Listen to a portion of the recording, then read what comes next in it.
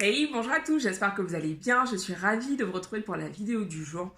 Aujourd'hui, je vous propose de faire un exercice. Ouais, je vous donne du travail pour le week-end. C'est un exercice en fait très simple qui consiste tout simplement à écrire un message à vos proches, aux gens, à vos amis, à certains collègues, par exemple, des personnes dont vous êtes quand même assez proches, ou pas d'ailleurs, des gens qui vous connaissent, en tout cas qui vous connaissent depuis assez longtemps dans différents cercles et de leur demander quels sont les 5 adjectifs qu'ils utiliseraient pour vous qualifier.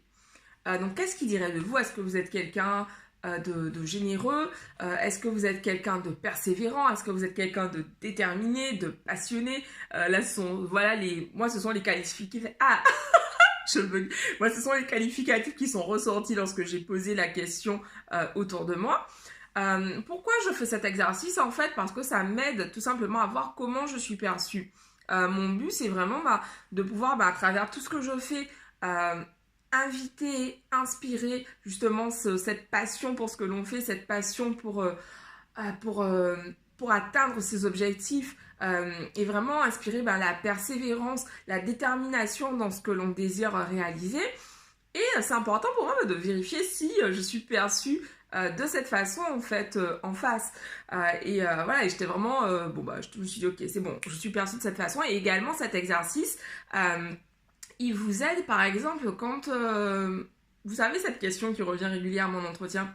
Dites-moi quelles sont vos 5 qualités, vos 5 défauts.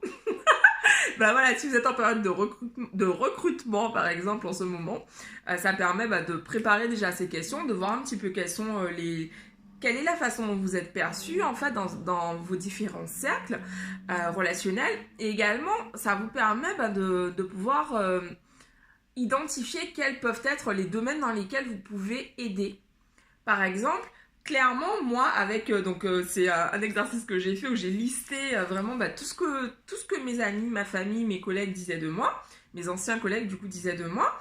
Euh, c'est vraiment de voir qu'est-ce qui revient en fait. Et voilà, le généreuse, persévérante, déterminée, passionnée, sensible, souriante, rayonnante, lumineuse, ce sont ceux qui sont le plus revenus. Et après, voilà, évidemment, il y en a d'autres, pragmatiques, audacieuses, etc., etc. Du coup, en fait, ça me permet également de me dire, ok, voilà, si quelqu'un vient me voir aujourd'hui, je sais que je suis vue comme quelqu'un, forcément en face, on me voit vraiment comme quelqu'un de persévérant. Et voilà, je peux vraiment, comment dire cela? Je peux vraiment en face accompagner quelqu'un pour l'aider à être plus persévérante, par exemple. Ça peut vraiment, en gros, vous pouvez utiliser cette liste pour vous aider à définir en fait des domaines dans lesquels vous pouvez aider les autres. Vous pouvez aussi poser la question différemment.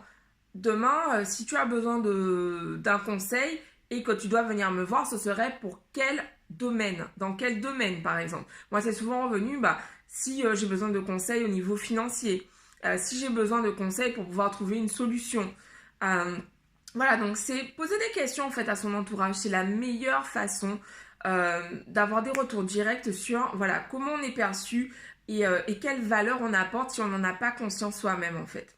Donc voilà, donc c'est ce que je voulais vous partager aujourd'hui. C'est très simple à faire. Vous posez la question, évidemment vous aurez des retours de vos proches, de votre entourage, et ça va vraiment vous permettre de pouvoir mettre au clair, sur papier, c'est important d'écrire encore une fois, les valeurs, les qualités, vos forces en fait. C'est important d'en prendre conscience parce que on est très bon à identifier nos défauts, nos faiblesses.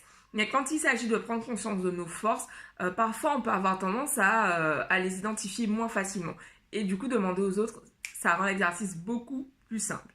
Voilà, c'est tout pour aujourd'hui. Je vous embrasse et je vous dis rendez-vous demain. Je vous souhaite une très belle fin de semaine.